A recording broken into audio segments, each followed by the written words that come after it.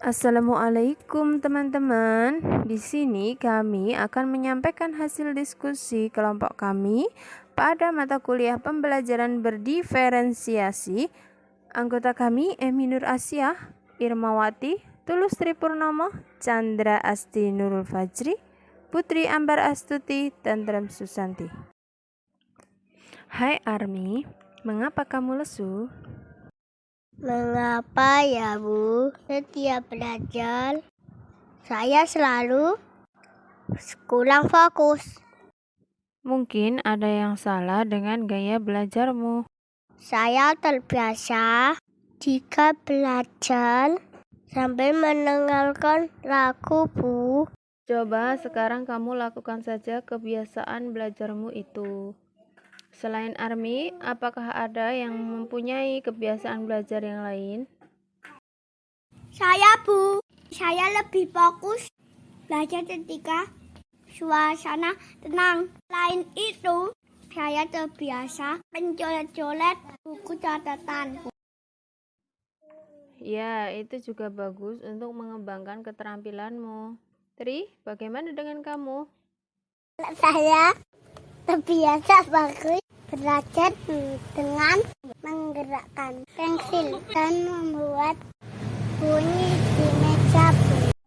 Baiklah, Tri, tidak apa-apa. Setiap anak mempunyai gaya belajar yang berbeda, tetapi jangan sampai kebiasaanmu mengganggu teman-temanmu yang lain.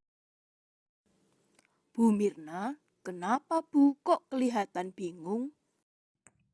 Iya Bu Rini, anak-anakku nilainya selalu kurang bagus. Ketika saya tanya, ternyata gaya belajar mereka berbeda-beda. Ah, itu kan hal yang biasa. Kenapa harus bingung? Nah, supaya tidak bingung, mari Bu, kita belajar bersama-sama. Ada 3 jenis gaya belajar. Visual. Gaya belajar visual peserta didik lebih cenderung mudah mencerna materi yang ia pelajari kalau sudah melihat bendanya. Auditori. Gaya belajar auditori yaitu peserta didik lebih cenderung mudah memahami materi yang ia pelajari jika dipaparkan melalui suara atau bunyi. Kinestetik. Gaya belajar kinestetik yaitu peserta didik mudah mencerna materi yang mereka pelajari jika sudah menyentuh bendanya. Teori pendukung.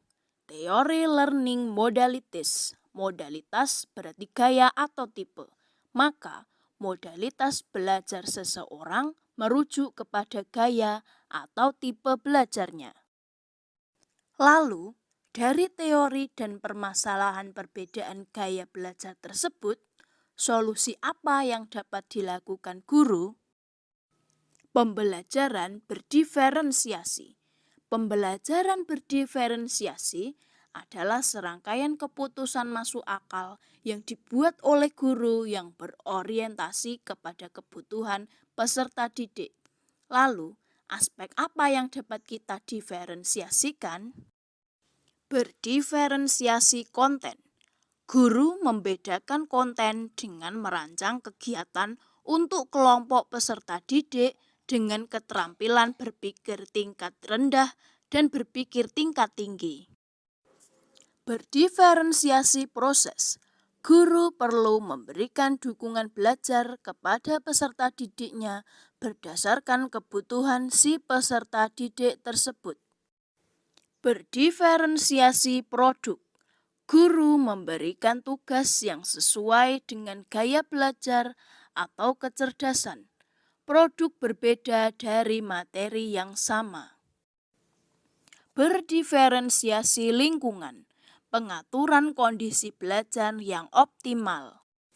Jadi begitu Bu Mirna.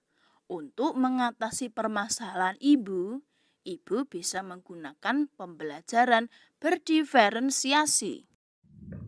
Wah, saya jadi paham Bu. Nanti saya akan coba kelompokkan anak-anak berdasarkan gaya belajarnya ya Bu.